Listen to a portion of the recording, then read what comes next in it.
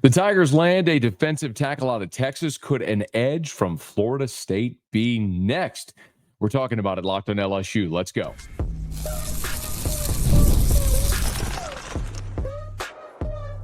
You are Locked On LSU, your daily podcast on the LSU Tigers. Part of the Locked On Podcast Network, your team every day. Okay, let's get it. It is Locked On LSU, your team every day. I'm your host, Matt Moscona. Thanks so much for making us your first listen. We're free, available wherever you get podcasts, of course, on YouTube as well. As always, one of the fastest ways to help us grow is by leaving your comments below. The Tigers do, in fact, land another big-time portal addition. We'll talk about him. Zy Alexander will play in the bowl game. Big boost for the LSU defense. But I want to start with who could be next for the Tigers. Couple of visitors to LSU's campus and guys that the Tiger staff are pretty high on and could possibly end up in the purple and gold. The first is a guy that a lot of LSU fans should recognize the name. It's Patrick Payton. Now, LSU in consecutive seasons, 2022, 2023, opened up against Florida State, both in New Orleans and Orlando. We remember it. Didn't go well for the Tigers either time, and in large part due to the job that Florida State defense did. And there were two pretty elite edge rushers from Florida State. One of them is Jared Verse, a name you all remember and who's now in the NFL with the Los Angeles Rams. The other was Patrick Payton. Ring a bell? Well, Patrick Payton's a 6'5", 210-pound edge rush. We're number 11 for, actually, he's worn two different jerseys numbers. He's worn 11 and 15 during his time in Tallahassee. Well, Patrick Payton just finished up his fourth season in Tallahassee, and instead of going to the NFL, he entered the transfer portal. And late in the week, Patrick Payton visited LSU, and I can tell you the LSU staff is hot and heavy after him, and they have thrown a very lucrative, the collective has a very lucrative NIL deal toward Patrick Payton. So much to say that if what Patrick Payton is after in this portal cycle is money, he's going to get it at LSU. So when you look at Payton, let's talk about him as a player and what it may mean for LSU if they're able to get him and why the staff likes him so much. Again, Patrick Payton's a guy who will be playing in his fifth collegiate season in 2025. He's played in 40 games, 4-0. Redshirted as a freshman. The last three seasons has been a starter at Florida State. Now he's entering his fifth season.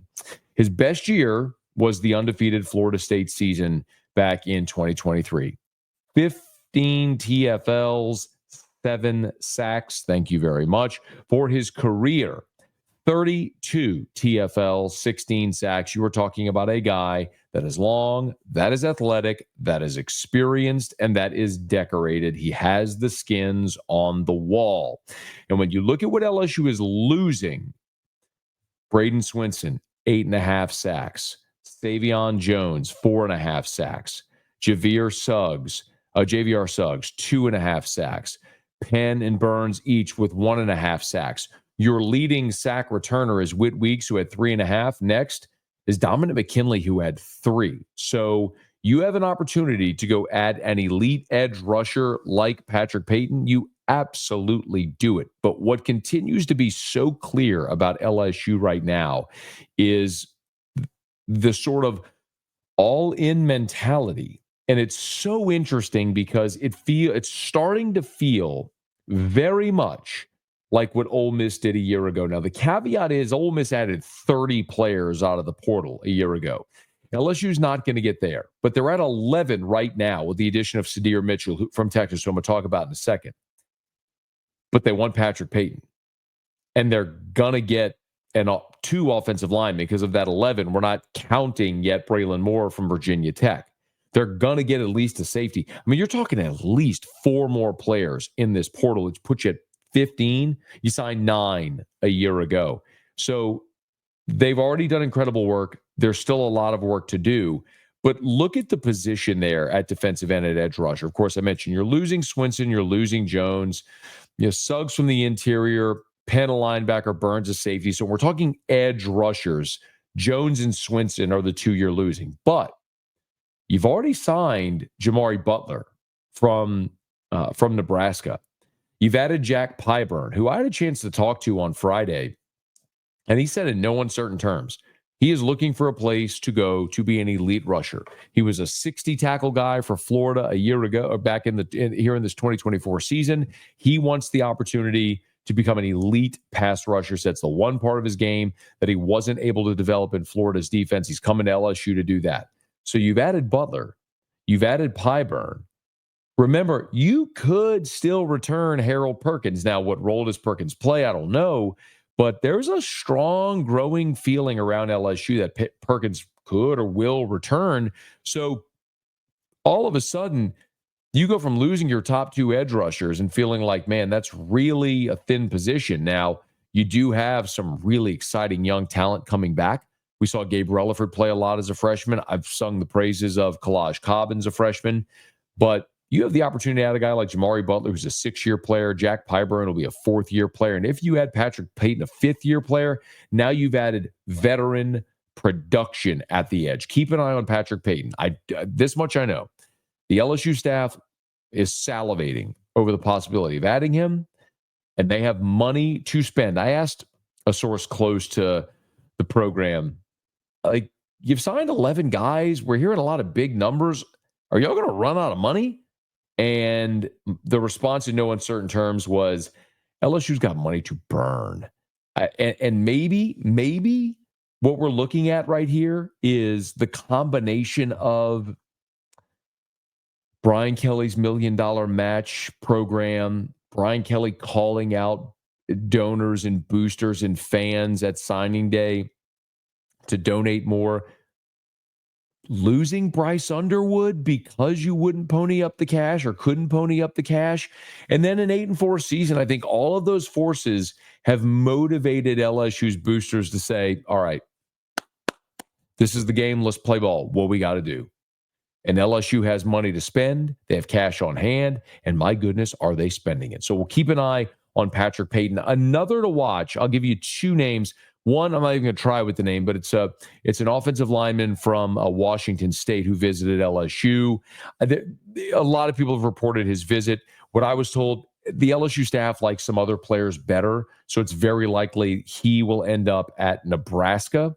One of the players LSU likes better is Josh Thompson, an offensive lineman from Northwestern up in the Big Ten.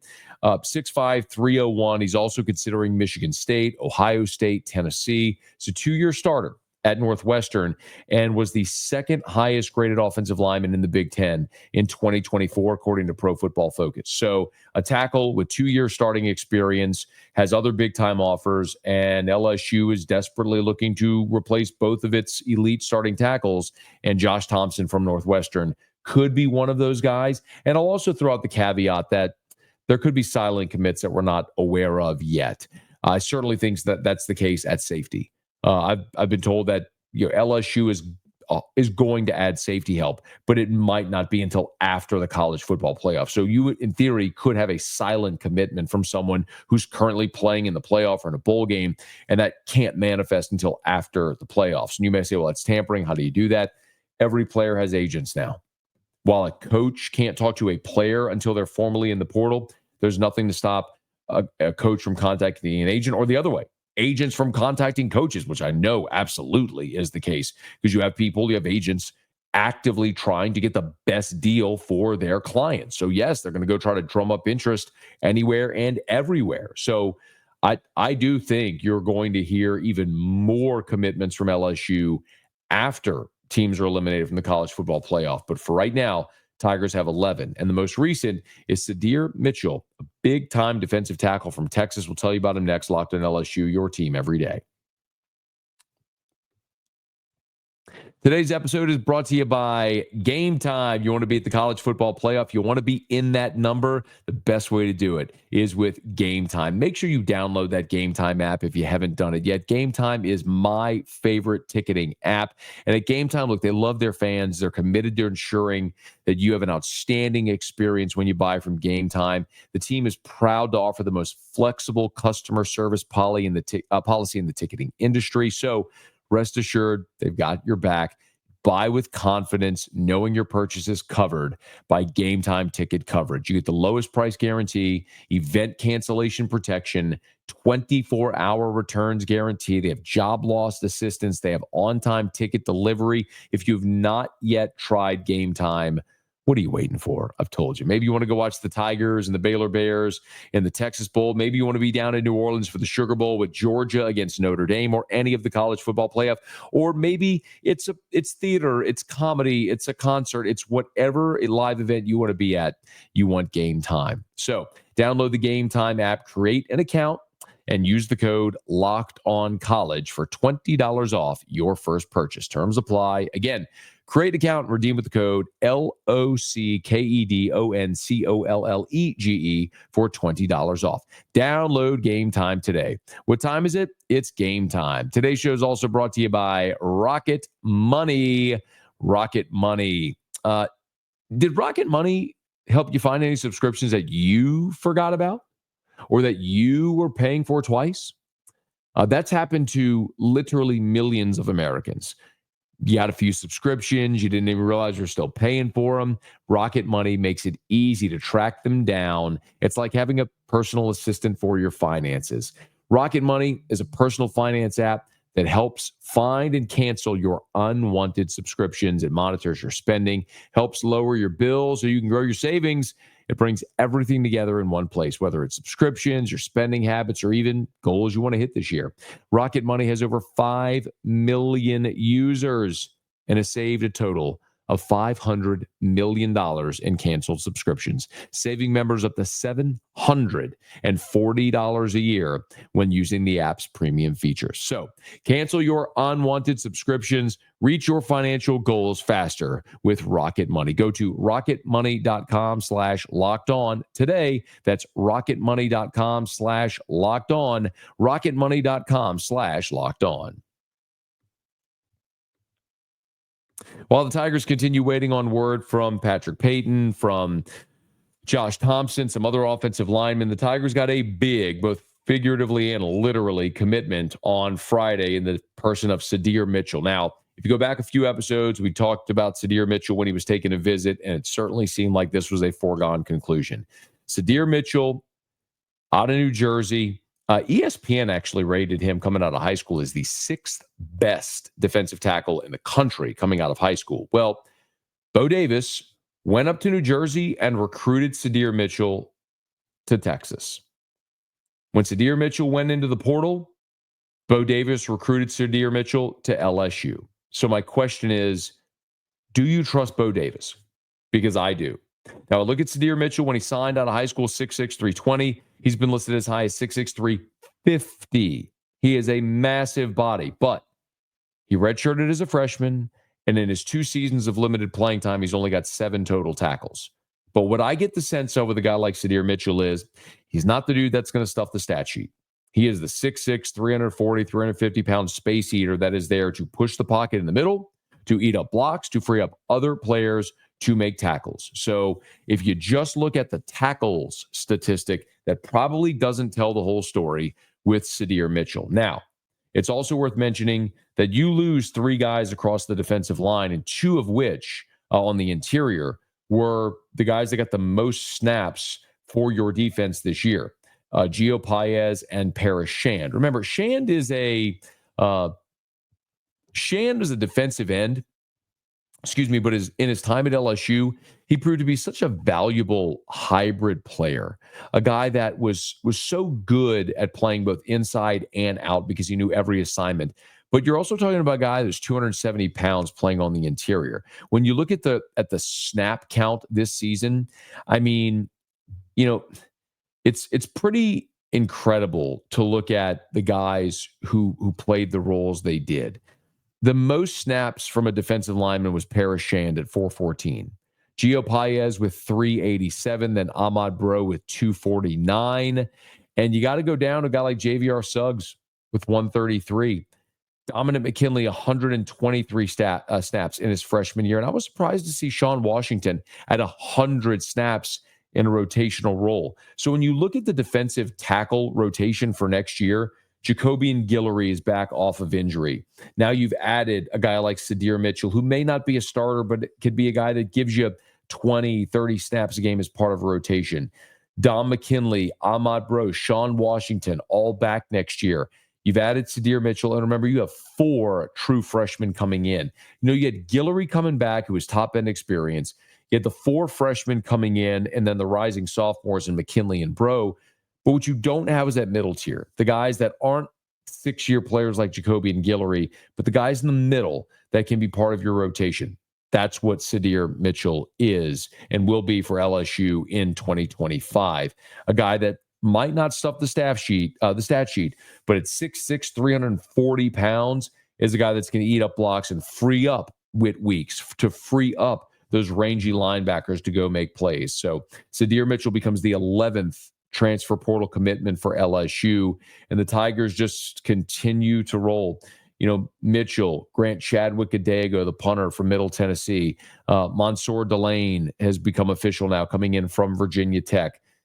It's really so massively impressive to watch what LSU has done. And if you're thinking that, they're going the Ole Miss route, I just don't see it that way, because they're not signing the numbers that Ole Miss did. They're signing quality over quantity. 11 guys in the portal, and 9 of the 11 could probably come in day one and be a starter. So, Michael Van Buren, not going to come in and be a starter, but a guy that's a very important piece of what you're trying to build. Would I be surprised if Jamari Butler, Jack Pyburn were your starters at defensive end? Would I be surprised if Sadir Mitchell starting at tackle? I expect Nick Anderson and Barian Brown to be starters on the offensive side. Bauer Sharp is absolutely going to be your starting tight end. You didn't just go and add bodies. You are adding immediate impact guys on both sides of the ball, and the latest is Sadir Mitchell. So we'll keep an eye on who might be next to pop for LSU, and of course, we'll talk about it here. The one other bit of good news as we wrap here that LSU got on Friday, or announced on Friday, is that Zy Alexander will play in the Texas Bowl against Baylor, which means LSU's defense against Baylor really is going to be intact. I mean, you'll have Paez and Shan presumably on the interior. JVR Suggs is already in the portal, but McKinley and Bro will be there for you on the interior. Both Savion Jones and Braden Swinson are going to play. I'm told that Greg Penn is likely going to play at linebacker. You'll have Whit Weeks there as well. Ashton Stamp, Zy Alexander at corner. You will have Jordan Gilbert and Deshaun Spears will likely have to start at safety, with Sage Ryan leaving for Ole Miss in the transfer portal. And then I don't know if Major Burns is going to play, but you'll have maybe more talented, higher ceiling guys, just not as experienced as the ones that have left. But Zy Alexander will play in the bowl game, and had a chance also on Friday to visit with Jakeem Jackson and talk about the competition that he's facing. And in no uncertain terms, said he's not scared of competition. It's a good thing, because Jakeem Jackson's walking into a cornerback room that's going to include an incumbent in Ashton Stamps, a 5-star signee in DJ Pickett. Now, Jakeem Jackson will be part of that group as well. Mansour Delane coming in from Virginia Tech. A lot of bodies, a lot of competition. Can't wait to see how it all plays out. Again, I don't think LSU is going full-on Ole Miss approach of going ham in the portal and adding 30 guys. But I do think you'll see them settle around 15. And it'll be 15 impact guys who hopefully could all help LSU get on back on track toward being a championship team and competing for the playoff in 2025. Sadir Mitchell, a member of the LSU class. Could Patrick Payton be next? Keep an eye on Josh Thompson from Northwestern on the offensive line. And as I understand it, may have a silent commit or two for LSU already. We'll get those news and notes, and when we do, we'll talk about it right here on Locked On LSU. Hey, thanks so much for making this your first listen. We appreciate all of you who are everydayers. Thank you for being with us here on Locked On LSU. If you're new, please subscribe on your favorite podcast app, rate us, leave a review. If you're on YouTube, smash that like button, subscribe to the channel, and hit the bell so you're notified whenever we post a new video. It's Locked On LSU, your team every day.